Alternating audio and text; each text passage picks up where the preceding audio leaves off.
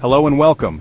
If you're here for soothing videos of baby pandas frolicking in fields of bamboo, might I suggest you click away quickly, before your adorable animal-loving eyes are subjected to all this.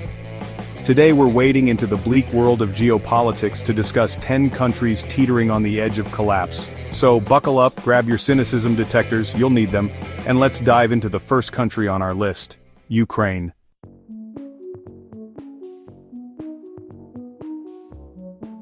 Ukraine, known for its beautiful sunflower fields, delicious borscht and, oh right, being the unwilling host of a geopolitical tug-of-war, Russia's invasion has been about as good for Ukraine's stability as a lit match is for a fireworks factory. We're talking widespread destruction, economic turmoil, and a refugee crisis. The Ukrainian people have shown incredible resilience, but the war has pushed the country to its breaking point. Imagine trying to rebuild your house while someone's still lobbing Molotov cocktails through the windows. That's essentially the situation in Ukraine right now. Now, some might argue that Ukraine is receiving billions in aid from Western countries, so surely they'll be able to rebuild, right? Well, yes, but it's not as simple as just throwing money at the problem. Imagine you win a lifetime supply of Lego, which is great, except your house burned down, and you need to use those Legos to build a new one. Building a functioning society after a devastating war takes more than just bricks and mortar, or in this case, financial aid. It requires political stability, a functioning infrastructure, and a sense of security for its citizens. And with Russia showing no signs of letting up, achieving those things is going to be about as easy as teaching a cat to play the ukulele. Time and patience are crucial, and the road to recovery is long and uncertain.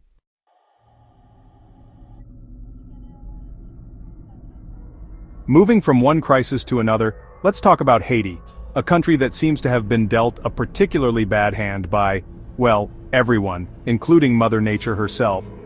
Imagine living in a country where earthquakes, hurricanes, and tropical storms are about as common as a Starbucks on every corner. But unlike your local barista misspelling your name, these natural disasters leave a trail of devastation that would make even the most hardened disaster relief worker weep. And if that wasn't enough, Haiti is grappling with political instability on a level that would make a reality TV show blush. We're talking assassinations, coups, and corruption so rampant it would make a FIFA executive say, "Now hold on a minute, that's just excessive." Now you might be thinking, John, this all sounds terrible, but how does it lead to a country collapsing? Well, imagine trying to bake a cake with rotten eggs, spoiled milk, and a broken oven. That's essentially what it's like trying to run a country with a devastated infrastructure, rampant poverty, and a government that's about as effective as a screen door on a submarine. Add to that mixed gang violence so bad it would make a Tarantino movie look like a children's tea party. And you've got yourself a recipe for disaster. And by disaster, I mean a complete and utter societal collapse that would leave Haiti teetering on the brink, with millions of its citizens facing unimaginable hardship and suffering.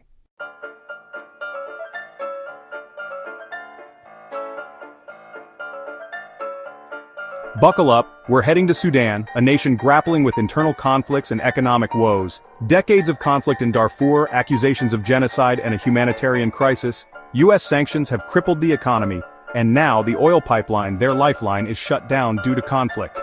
Political instability and protests are rampant, further destabilizing the nation. The future remains uncertain for the people of Sudan.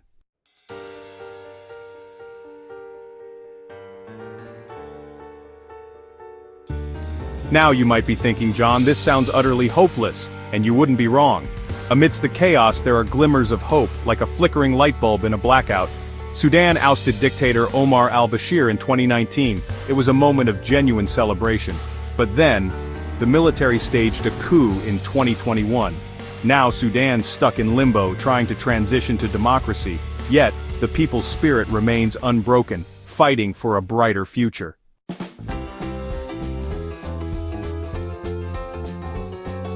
Alright, let's talk Lebanon, a country that was once considered the Paris of the Middle East, a place of glamour, culture, and a nightlife that could make even the most jaded party animal say, "Okay, I need a nap." But much like that friend who peaked in high school, Lebanon's been on a downward spiral for a while now. We're talking about an economic crisis so severe it makes the 2008 financial meltdown look like a casual dip in the stock market. How severe? Well, let's just say the Lebanese pound has lost more value than a fidget spinner at a board meeting. Their currency has collapsed faster than a house of cards built on a waterbed during a hurricane. So, how did Lebanon, a country with so much potential, end up in this mess? It's a real cocktail of disaster with ingredients like government corruption, sectarian tensions, and a dash of good old-fashioned incompetence. Imagine a government so corrupt, they'd steal the pennies from a wishing well.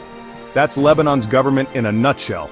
Their political system is about as stable as a unicycle on a tightrope. It's based on this delightful concept called confessionalism, where political power is divided among different religious groups.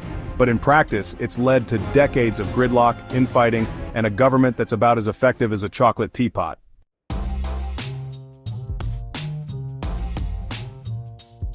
Now let's talk about Myanmar, a country that was, for a brief shining moment, held up as a beacon of hope, a testament to the power of peaceful democratic transition. Remember Aung San Suu Kyi, the Nobel Peace Prize laureate? In 2021, the military staged a coup, arresting Suu Kyi and crushing democracy. Myanmar was plunged back into darkness, its fragile democracy crushed under military rule. It's like spending years assembling a puzzle, only to have someone kick it across the room.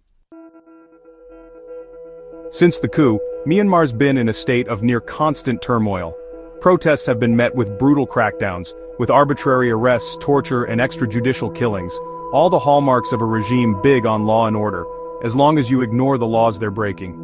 The economy has gone down the toilet, with the kyat plummeting in value, and the country facing a humanitarian crisis with millions in need of food, water, and medical assistance.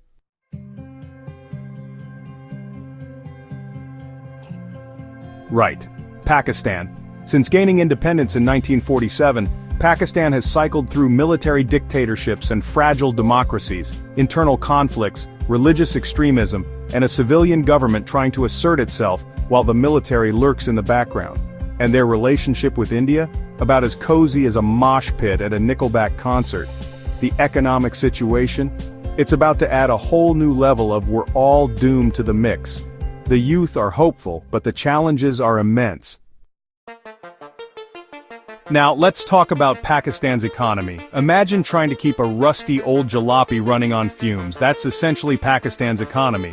They're grappling with crippling debt, inflation, and a shaky currency. And don't get me started on the energy crisis. Rolling blackouts are frequent. The IMF is there, but it's not enough. Pakistan needs a complete economic overhaul. The future is uncertain.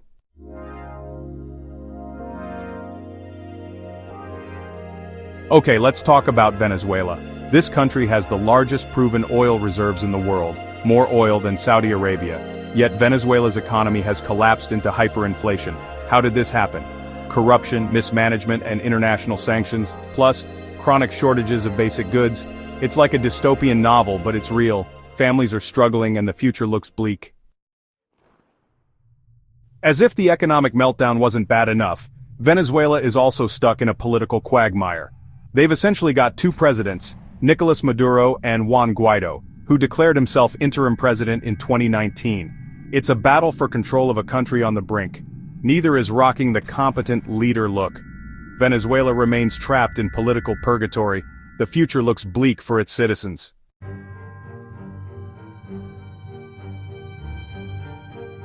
Alright, buckle up because we're heading into some truly grim territory now, Yemen. This is a country ravaged by a civil war so brutal and so utterly ignored by the rest of the world. Imagine a place where going to the hospital, attending school, or even just fetching water can get you killed. That's the reality for millions of Yemenis caught in the crossfire since 2014. On one side, you've got the Houthi rebels, a Shia Muslim group that seized control of the capital, Sana'a. On the other side, the internationally recognized government, backed by a Saudi-led coalition. And caught in the middle, millions of innocent civilians, struggling to survive amidst the constant fear of airstrikes and shelling. Let's talk about that humanitarian crisis because it's not just a catchy headline, it's a living nightmare for millions of Yemenis. Over 20 million people, that's 2/3 of the population, are in desperate need of humanitarian assistance. Children are dying from preventable diseases like cholera and measles due to a lack of vaccines and medical supplies. Families are forced to flee their homes, becoming internally displaced because it's too dangerous to stay. And then there's the hunger. Millions are teetering on the brink of famine. Aid agencies are struggling to keep up, hampered by ongoing fighting and a severe lack of funding.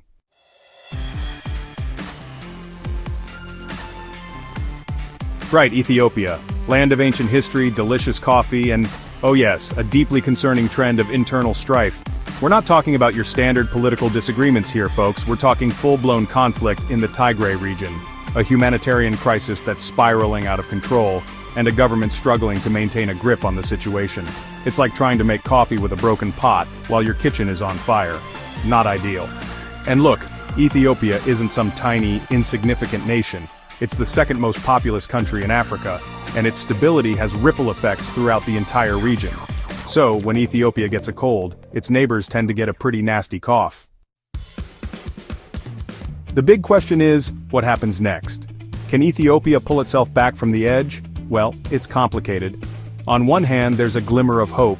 There have been some attempts at peace talks, and the government has made promises of reform, but on the other hand, let's not forget, those promises are coming from the same government currently struggling to, govern.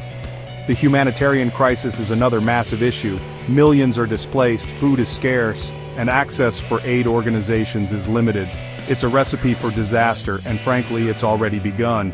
So while the world focuses on other, shinier crises, Ethiopia is quietly slipping further into chaos.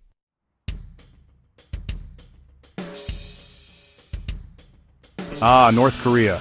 The land of meticulously choreographed military parades, questionable haircuts, and enough nuclear weapons to make even the most jaded dictator say, okay, that's a bit much. For decades, North Korea has been a black box, shrouded in secrecy and ruled with an iron fist by the Kim dynasty. It's like that one neighbor who never leaves their house and you're pretty sure they're building a rocket in their basement. But lately, cracks have begun to show in the facade. The economy is in shambles, crippled by sanctions and mismanagement. Food shortages are rampant, and there are whispers of dissent among the populace. Now, I'm not saying the Kim regime is about to crumble like a stale rice cake, but the situation is definitely precarious. The big concern with North Korea isn't just its internal instability, it's the unpredictable nature of its leadership. Kim Jong-un, bless his cotton socks, isn't exactly known for his level-headed diplomacy. He's like a toddler with a nuclear arsenal, prone to temper tantrums and using threats to get what he wants. And what he wants is usually more nukes, more power, and more statues of himself. The international community has tried everything from sanctions to diplomacy, but dealing with North Korea is like trying to nail jelly to a wall. It's frustrating, messy, and you're never quite sure what you've achieved. So the world watches and waits, hoping for the best, but bracing for the worst. Well folks, there you have it. 10 nations, all standing on the precipice of potential collapse. 10 stories of conflict, corruption, and a whole lot of uncertainty. It's enough to make you want to crawl under your duvet with a year's supply of non-perishable snacks. But before you do, let's remember one crucial thing. These are not just headlines, these are people's lives. The struggles faced by the citizens of these countries are real, and they deserve our attention and support. Ignoring the problem won't make it go away, and pretending it doesn't exist is a luxury none of us can afford. So, stay informed, stay engaged, and let's hope that by shining a light on these crises, we can help prevent them from becoming full-blown catastrophes. And on that cheery note, that's it for tonight. Thank you for watching. Look, I know this one was a bit of a downer, but hey, at least you're now incredibly well informed about impending global chaos. If you found this video even remotely informative, please do the whole share and subscribe thing. It really helps the algorithm, and frankly, after that depressing journey, I could use the validation.